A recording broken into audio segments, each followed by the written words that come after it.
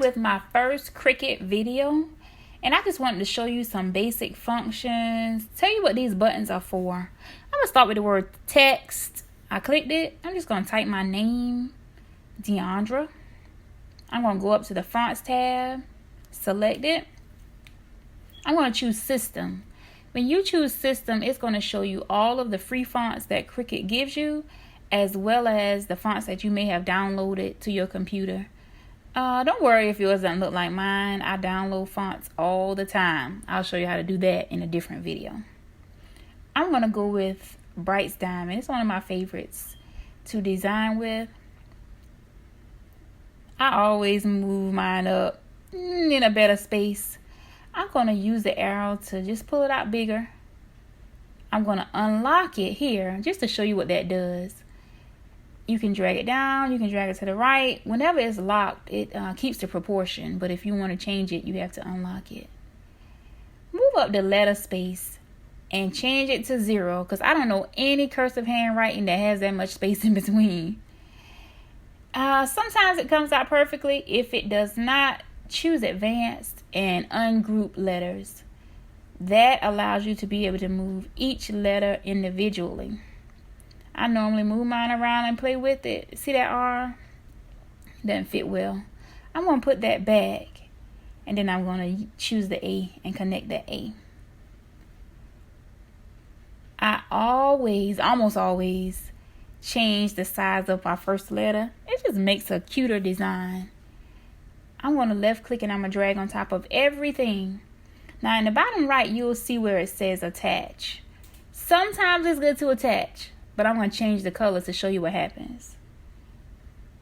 See here, when it's attached, Cricut is going to cut wherever there is a line. And if you're going to put this onto some type of cloth or shirt or bag, it's going to show. You better weld. See, you have a flawless cut when you decide to weld. All right, I'm going to move along and I'm going to type something else. It's my birthday. This font is called DK Jambo. I guess is how you pronounce it. It's another font that I downloaded from the font.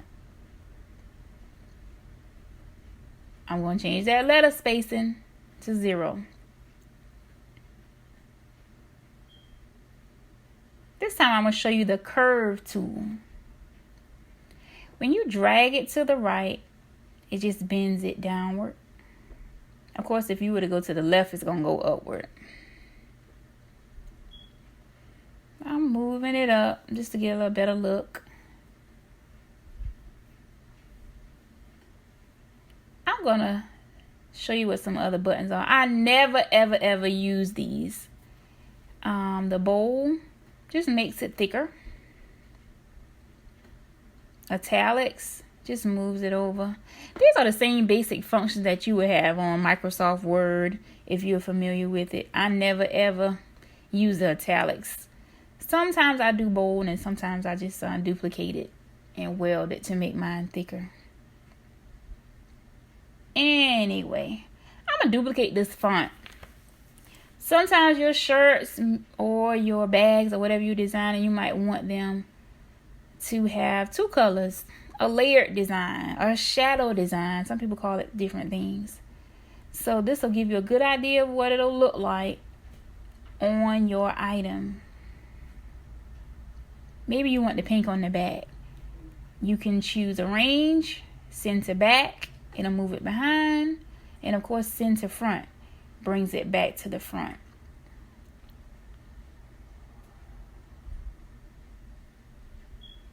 I'm going to highlight this entire thing just to move it up so I can show you a few more cool things. This time I'm going to choose shapes. I'm going to get a square. I'm going to unlock it so that I can not hold on to that proportion. I can turn it into a rectangle instead. I'm going to type the word love.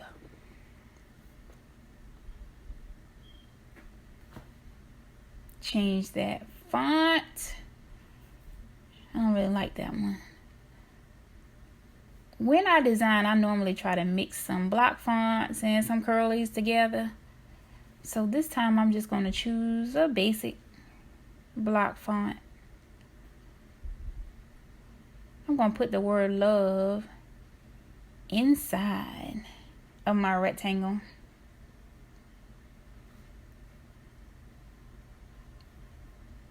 You're going to center it how you like it.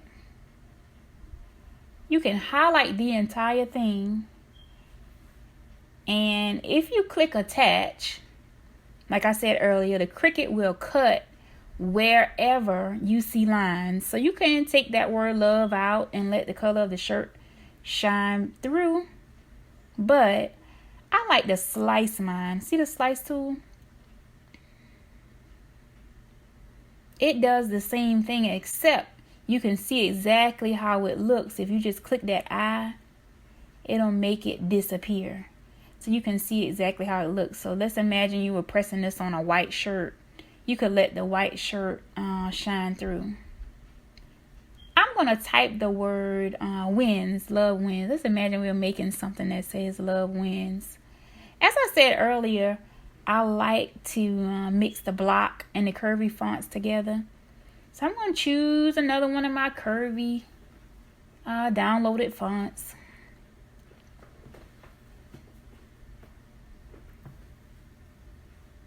I'm just searching through.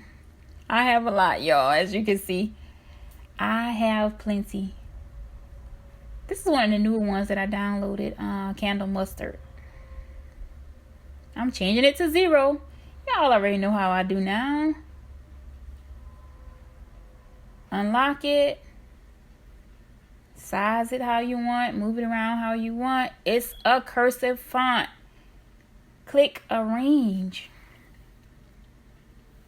I'm sorry, not arrange. Advanced. Ungroup. Move those things around. Here I go again. Making that first letter bigger.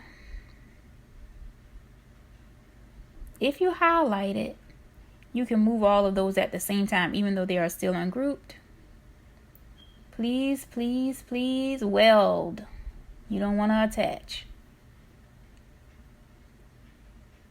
I'm going to change this to black. Cricut will separate your colors on the mats. So make them whatever color you want to put into your machine. This is a black and red design. I'm looking at this. That winds ain't really doing it for me right now.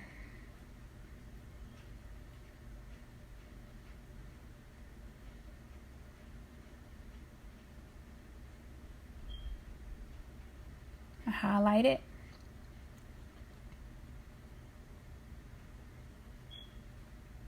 If I wanted to put this on a regular size shirt, I normally start my sizing at 10.5. So you'll see here that I'm changing it to 10.5. I'm just moving that out of the way. If I was going to do a kid's shirt, I'd probably do it around 9, depending on the size. I'm going to change that to a 9. Press enter. It moves automatically as long as everything is highlighted. I'm going to imagine that on this one, I'm going to do a back design for a shirt. I do not like huge names on the backs of shirts. That's just a personal preference. I'm going to put this one on 10. And y'all, I design on a 27-inch TV screen. So it's probably huge to you. So I just took the sizing down, zoomed it out. Click make it. You'll see what it looks like on the mat.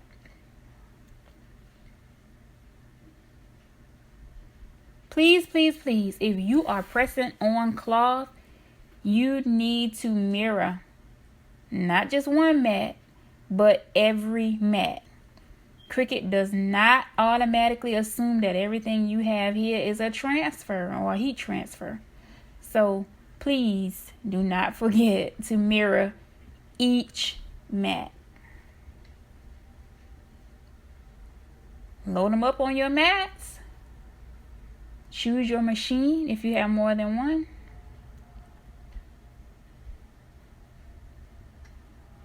Choose your material. These are my two favorites to use. I use everyday iron on because I make shirts every day.